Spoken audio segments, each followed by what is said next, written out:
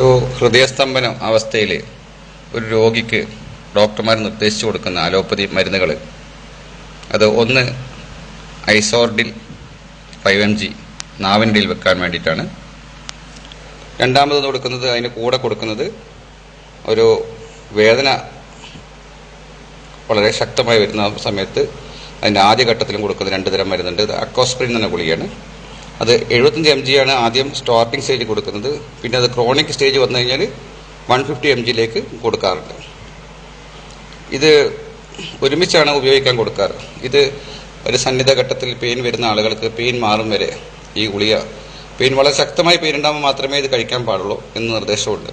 പക്ഷെ ഇതെല്ലാം നമ്മൾ ഉപയോഗപ്പെടുത്തി കഴിഞ്ഞാൽ ഹാർട്ടിൻ്റെ ഈ രക്തം കട്ടിപിടിക്കുന്ന ആ ഒരു സംഭവത്തിൽ നിന്ന് പരിഹരിക്കപ്പെടുന്നെങ്കിലും പിന്നീട് പതുക്കെ ആ നീരാളിപ്പിടുത്തത്തിലേക്ക് ആ ചികിത്സ കൊണ്ടെത്തിക്കും. അവസാനം പിന്നെ ഒരു ആൻജിയോഗ്രാം എടുക്കുന്നു. അതോടുകൂടി ആൻജിയോപ്ലാസ്റ്റിൻ്റെ ഡേറ്റ് നിശ്ചയിക്കുന്നു. ഒരു 15 ദിവസം കൊണ്ട് തന്നെ വിതിൻ 15 days അല്ലെങ്കിൽ 30 days 10 days 7 days എന്ന ഡേറ്റ് ഡോക്ടർ നിശ്ചയിച്ചു കൊടുക്കും. അത് കഴിഞ്ഞ് ആൾ ജീവിച്ചിരിക്കില്ല എന്നൊക്കെ ഡോക്ടർ പറഞ്ഞാലും ഈ ഓപ്പറേഷൻ ചെയ്തിട്ടെങ്കിലും ആൾ ജീവിച്ചിരിക്കുന്നുണ്ട്, അത് വേറെ കാര്യം. പക്ഷേ അത് ഞാൻ പറഞ്ഞു വന്നത് ഇതിൻ്റെ ഒരു ഫസ്റ്റ് എയ്ഡ് ട്രീറ്റ്മെൻറ്റുകളാണ് ഇതെല്ലാം. ഈ ഐസോഡിലും എക്കോസ്പ്രിനും എല്ലാം. അതിന് നമുക്കൊരു മരുന്ന് ഞാൻ നിർദ്ദേശിക്കാം. സൗജന്യമായിട്ട് നിങ്ങളുടെ വീട്ടിൽ നിന്ന് ഒരു പൈസ മുടക്കില്ലാതെ ആരുടെയും സഹായമില്ലാതെ ഒരു ഹോസ്പിറ്റലിൽ കൊണ്ടെത്തിക്കാതെ ഹൃദയസ്തംഭനം വരാതിരിക്കാൻ വേണ്ടി ഒരു മുൻകരുതൽ മരുന്ന് വന്നവർക്ക് രോഗം മാറാനും WHO വേൾഡ് ഹെൽത്ത് ഓർഗനൈസേഷൻ അംഗീകരിച്ചൊരു ഫോർമുലയിൽ എൻ്റെതായ ചില ടിപ്സുകളും ഇതിൽ ഉള്ളിലുണ്ട് എന്നുകൂടി നിങ്ങൾ മനസ്സിലാക്കണം. ഞാൻ ആദ്യം മുതൽ അവസാനം വരെ ഈ medicinal preparation, how to prepare angioplast removing ഒരു ജ്യൂസ്, ആൻജിയോപ്ലാസ്റ്റ് റിമൂവിങ്, ആൻജിയോപ്ലാസ്റ്റ് എന്ന ആ ചികിത്സക്ക് നേരിടാതിരിക്കാനുള്ള ഒരു ഉപാധി. 1 ഇഞ്ചി നീര് 1 കപ്പ്. അത് സ്വരസം ആണ് എല്ലാ നീരുകളും പറയുന്നത്. ഇതിൽ വെള്ളം ചേർക്കാനൊന്നും പാടില്ല. വെള്ളം ചേർക്കേണ്ട അവസ്ഥ വരുമ്പോൾ ഞാൻ പറയാം. ഇഞ്ചി നീര് 1 കപ്പ്, വെളുത്തുള്ളി നീര് 1 കപ്പ്, ചെറുനാരങ്ങ നീര് 1 കപ്പ്.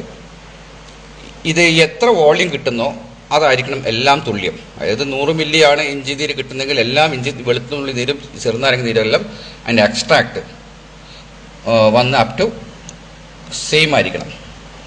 പിന്നെ 4ാമത്തെ ചേരുന്നത് apple vinegar 2 cup. Apple vinegar എന്ന സാധനം നിങ്ങൾ വലിയ ബിഗ് ബസാർ, വലിയ മൾട്ടി സൂപ്പർ മാർക്കറ്റിലൊക്കെ ഇത് ലഭ്യമാണ്. സാധാരണ കടകളൊന്നും കിട്ടില്ല ആപ്പിൾ വിനാഗർ സാധനം. തേൻ 3 കപ്പ്. 6ാമത്തെ പറഞ്ഞ് വീണ്ടും ഞാൻ ആവർത്തിച്ച് വരുന്നു, ആപ്പിൾ വിനാഗർ വീണ്ടും. അതായത് തേനും ആപ്പിൾ വിനാഗറും ആ നേരത്തെയുള്ള 1, 2, 3, 4 ചേരുവയിൽ, അതായത് ഇഞ്ചി നീര് 1 കപ്പ്, വെളുത്തുള്ളി നീര് 1 കപ്പ്, ചെറുനാരങ്ങ നീര് 1 കപ്പ്, ആപ്പിൾ വിനാഗർ 2 കപ്പ് എന്നത് അവിടെ ശേഷം ഒരു വര വരയ്ക്കുക. അതിനുശേഷം 5, 6 എന്ന ചേരുവയായിട്ട് തേനും ആപ്പിൾ വിനാഗർ വീണ്ടും ആവർത്തിച്ചിട്ട് എഴുതുക. തേൻ 3 കപ്പ്, ആപ്പിൾ വിനാഗർ 2 കപ്പ്. 1 മുതൽ 4 വരെയുള്ള ചേരുവകൾ അതൊരിളം തീയിൽ ചൂടാക്കുക. തിളപ്പിച്ച് അതിങ്ങനെ പകുതിയാക്കി കുറുക്കുക. ഇഞ്ചി നീരും വെളുത്തുള്ളി നീരും ചെറുനാരങ്ങ നീരും ഈ ആപ്പിൾ വിനാഗർ 2 കപ്പും. ഇത് കുറുക്കിയതിന് ശേഷം തേനും ആപ്പിൾ വിനാഗറും, അതായത് തേൻ 3 കപ്പും ആപ്പിൾ വിനാഗർ നമ്മൾ വീണ്ടും എഴുതി വെച്ച ആ 2 കപ്പും കൂടി ചേർത്തിട്ട് എക്സ്ട്രായും ചേർത്ത് യോജിപ്പിച്ച് ആറിയാൽ കുപ്പിയിലാക്കുക. അതായത് ചൂടാറിക്കഴിഞ്ഞിട്ട് അത് തിളപ്പിക്കാൻ പാടില്ല. തേൻ ഒഴിച്ചാൽ അത് വിധിയുണ്ട്. അതുകൊണ്ടാണ് പറഞ്ഞത് തേന് അവസാനം ചേർക്കുന്നു. അത് ചൂടാറുന്നത് സമയത്തിന് ചേർത്താൽ മതി. പിന്നെ മൊത്തം ചൂടാറിയതിന് ശേഷം ഇതെന്ത് ചെയ്യുക, നിങ്ങളൊരു കുപ്പിയിലേക്ക് ഒഴിച്ചു വെക്കുന്നു. അത് ജലാംശമൊന്നും ഉണ്ടാകാൻ പാടില്ല. ഇത് കാലത്ത് വെറും വയറ്റിൽ 2 ടീസ്പൂൺ വീതം കഴിച്ച് 30 മിനിറ്റിന് ശേഷം ഭക്ഷണം കഴിക്കുക. രാത്രി ഭക്ഷണത്തിന് 30 മിനിറ്റ് മുമ്പ് കഴിച്ച് ശേഷം ഭക്ഷണം കഴിക്കുക. അതായത് ഭക്ഷണം രാത്രി കഴിച്ചിട്ട് 30 മിനിറ്റ് കഴിഞ്ഞതിന് ശേഷം ഭക്ഷണം കഴിക്കുക എന്നതിനാണ് സാരം. പിന്നെ ഇതിന് സപ്പോർട്ടീവ് ചെയ്യുന്ന ജ്യൂസായിട്ട് കൈതച്ചക്ക ജ്യൂസ് 2 കപ്പ് വീതം കഴിക്കുക. കാലത്ത് ഭക്ഷണ ശേഷം 1 മണിക്കൂർ കഴിഞ്ഞിട്ട്, അതായത് ഭക്ഷണം കഴിച്ചൊരു മണിക്കൂർ കഴിഞ്ഞ ശേഷം ഒരു കപ്പ് ഈ കൈതച്ചക്ക ജ്യൂസ് അടിച്ച് വെച്ച് 2 കപ്പാക്കി വെക്കുന്നു. അത് രാവിലെയും രാത്രിയും ഇതുപോലെ 1 മണിക്കൂറിന് ശേഷം ആഫ്റ്റർ ഫുഡായിട്ട് കൈതച്ചക്ക ജ്യൂസും കുടിക്കുക. ഇത് ഞാൻ പറഞ്ഞു തന്ന ഈ ചേരുവ എനി കൺസൾട്ടൻസി എന്നോട് ആവശ്യമുണ്ടെങ്കിൽ നേരത്തെ ഞാൻ പറഞ്ഞ എൻ്റെ നമ്പറിലേക്ക് കോൺടാക്റ്റ് ചെയ്യാവുന്നതാണ്. മാത്രവുമല്ല, ഈ ആപ്പിൾ വിനാഗർ നിങ്ങൾ എന്ത് വെച്ചാൽ വെജിറ്റബിൾ സാലഡ് ഉണ്ടാക്കുക. വെജിറ്റബിൾ സാലഡ് എന്നാൽ ചെറിയ ഉള്ളി, കക്കിരി, അതായത് ചെറുവെള്ളരി എന്ന് പറഞ്ഞ കുക്കുംബർ, പിന്നെ ഈ സാധാ വെള്ളരി, ബീൻസ്, പയറ്, പിന്നെ എല്ലാ സാധനങ്ങളൊക്കെ ചേർത്തിട്ട് വേണമെങ്കിൽ അതിലൊരു ക്യാരറ്റ് എല്ലാം ഇട്ടിട്ടൊരു വെജിറ്റബിൾ സാലഡ് ഉണ്ടാക്കിയിട്ട് അതിലൊക്കെ ഈ ആപ്പിൾ വിനാഗർ നിങ്ങൾ ചേർത്ത് ഇങ്ങനെ ഉപയോഗിച്ചുകൊണ്ടിരിക്കുക. ആപ്പിൾ വിനാഗറിൻ്റെ ഉപയോഗം അമിതമാക്കണം എന്ന് പറഞ്ഞില്ല. ഭക്ഷണത്തിൻ്റെ സമയത്ത് ഒരു സൈഡ് ഡിഷായിട്ട് ഉപയോഗപ്പെടുത്തുമ്പോൾ ആപ്പിൾ വിനാഗർ ഉപയോഗപ്പെടുത്തണം. കൂടെ ആപ്പിൾ വിനാഗർ ഇത് ഇടയ്ക്കിടയ്ക്ക് നിങ്ങൾ ഈ ഭക്ഷണത്തിൻ്റെ സമയത്തൊക്കെ കഴിച്ചാൽ മതി. അമിതമാക്കണ്ട. എന്നിരുന്നാൽ തന്നെയും നമുക്കൊരു ഡെയിലി ഫുഡിൽ ഉൾപ്പെടുത്താം.